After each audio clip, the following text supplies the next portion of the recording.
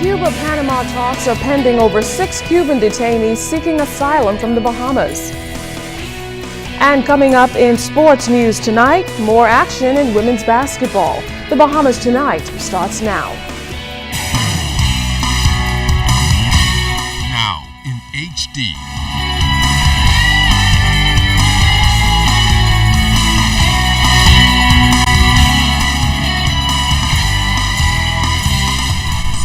Network presents The Bahamas Tonight. This portion of the news brought to you by BTC Every Day.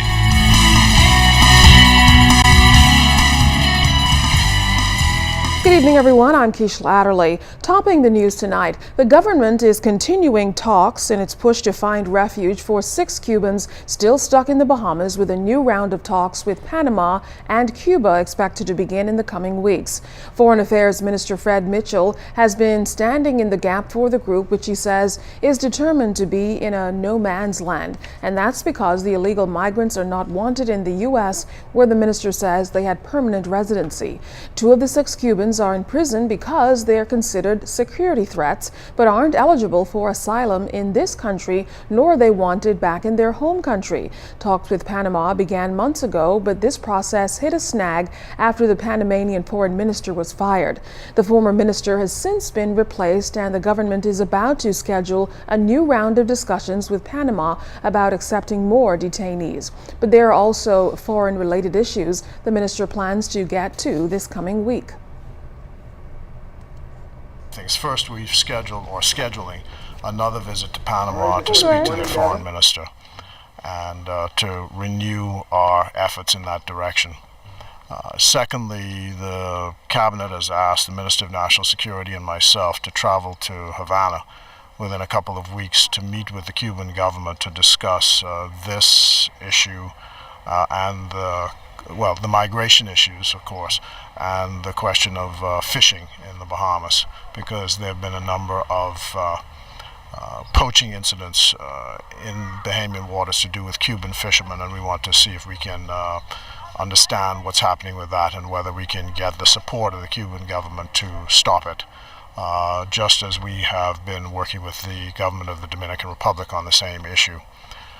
You know also that we are supposed to travel to Haiti on Wednesday of next week for discussions with the Haitian government on the migration and other issues as well. It's a question of continuing the discussions and talks with our neighbors about all of these issues. National Security Minister Dr. Bernard Nottage says the police force has taken additional steps to shore up the electronic monitoring system, though he didn't disclose those measures for security reasons. He was responding to a question seeking his feedback on the suggestion from ICS Security, the company contracted to manage electronic monitoring, that the movement of those persons outfitted with devices should be restricted. I'm not aware of any additional recommendations that I don't know who they made the recommendations to, but there was some time ago they made, when we were having discussions about the efficacy of the program, they did make recommendations which we accepted. And recently they've also been offering, or they sought to offer to us additional services that they claim that they are able to provide, but we haven't had any discussions about that, nor have we been in a position to move on their suggestions. Now, Dr. Nottage explains what he'd ideally like to see happen with those in the electronic monitoring program. We would like a system whereby either they are denied bail, which we understand is not going to happen, or where there are restrictions placed on them as to the times that they can be out, as to the area of the island that they can frequent, so that if they do not comply with the restrictions, then they can be taken back into custody, because it appears that many, if not most, of the serious crimes that are being committed and that people are concerned about are being committed by persons who are being electronically monitored. In crime news tonight, 6 nightclubs were closed down early this morning following a special police operation. Northeastern Division officers targeted restaurants and bars operating in breach of the Business and Liquor License Act. The string of establishments include a nightclub on East Bay Street, a restaurant and bar on Roll Avenue, and a sporting lounge on Kemp Road. Also shut down in the operation was another sporting lounge and 2 bars, all located on Madera Street. 26 people were arrested this weekend by Mobile Division officers. 20 arrests for outstanding court warrants, 1 for causing damage, 1 for housebreaking, and 3 for possession of dangerous drugs. Additionally, 34 drivers were cited for traffic infractions. Well, from feeding the hungry to sheltering the homeless and abused, the Salvation Army has provided hope and refuge for many. There are dozens of people and organizations which help keep the Salvation Army afloat, and they were honored last evening during a special recognition and awards ceremony at the police headquarters. While there are many civic and religious organizations which work in the field of social mission, Social Services Minister the Honorable Melanie Griffin says the Army stands out as the leader. She congratulated those who have worked with the Army for the last few years. Firstly, the Salvation Army is sincere in what it does. Secondly, it is highly organized and methodical in its approach to social outreach. And thirdly, and most importantly, is the full and active participation of the leadership in the delivery of services.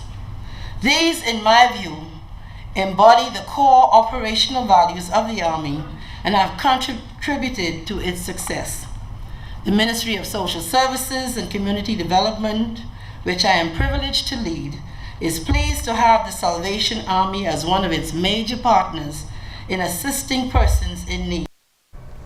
Also attending last night's event was Prime Minister the Right Honorable Perry Christie, who promised to use his connections to help the Salvation Army better fund its programs.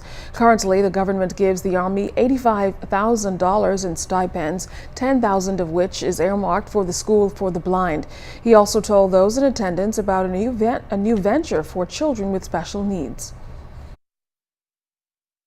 We're going to provide now a facility on Gladstone Road, working with the organizations of Down syndrome and REACH and all of the others, to provide a place for them where they could be kept while their parents work, where they could be made use with their hands, where they could be made using in some agricultural purpose. Dame Marguerite's Lady Pinling laid a wreath at her late husband's grave in the St. Agnes Cemetery today in remembrance of his 84th birthday, or what would be his 84th birthday. Former Prime Minister Pinling died in 2000 following a lengthy battle with cancer. He was 70. Ever since his death, Dame Marguerite has traditionally laid a wreath at her husband's grave. She calls it a labor of love for the man who not only looked over the Bahamas for 25 years, but for the man she said she spent most of her life with. Dame Marguerite spoke with us after the ceremonial show of love and thanked ZNS radio personality Pastor Vaughn Miller for traveling to Sir Lyndon's former constituency of South Andros last Friday to talk with constituents about the man we now refer to as the father of the nation. It was very heartwarming and very gratifying to hear the comments and the compliments the people paid to this representative they had called Pinling. For me, it was very emotional at times to hear how they described this man who was Prime Minister and who they never looked at Prime Minister. He was their representative who came to their homes and if they were having a meal and they would dish up a meal for him and put the plate on the table, and Pinling would say, "No, ma'am," went to the pot, dished up his own meal and sat down with everyone, and they were speaking of his humility and how he always made them feel important. And although it's been 14 years since the country lost Sir Lyndon, his legacy lives on. Minister of State for Transport and Aviation Hope Strachan paid tribute to Sir Lyndon at that ceremony for helping pave the way for women to grace the halls of Parliament. Foreign Minister Fred Mitchell was also there and noted how the government continues to build on Sir Lyndon's accomplishments. In fact, he recalled a meeting with Sir Lyndon many years ago, at which time Sir Lyndon held in his hands a blueprint of the institutions and independent Bahamas would need to survive. One of them was the Royal Bahamas Defense Force. As we saw it unfold, the Defense Force came into being in 1980. And what we were doing in the House last week was a continuation of that work. We've got 9 boats that are coming, which will dramatically expand the capacity of the force. And so you have to pay tribute to the founder of our country for having the foresight and the wisdom to ensure that the institutions which actually run the country today are there for us to run. This is a very important gesture, not only for Dame Marguerite in terms of her personal life with him, but also for us as a country to be able to remember and to recognize and to honor those persons who are really and truly the national heroes. Our children have to see us do this kind of gesture. Bahamas Telecommunications Company officials confirmed today that all of its core services, that's landline, mobile, and internet services, are now fully operational across the country. Yesterday, one of the company's platforms at its Poinciana Drive service station malfunctioned, resulting in a disruption of service across the country. PTC officials were not able to comment on the amount of the losses the company sustained during this massive disruption, but they remain committed, according to the company, to investing millions of dollars into replacing the 20 to 40-year-old equipment. Well, still ahead tonight, a former member of the judiciary weighs in on the crime battle. That story when the Bahamas Tonight continues.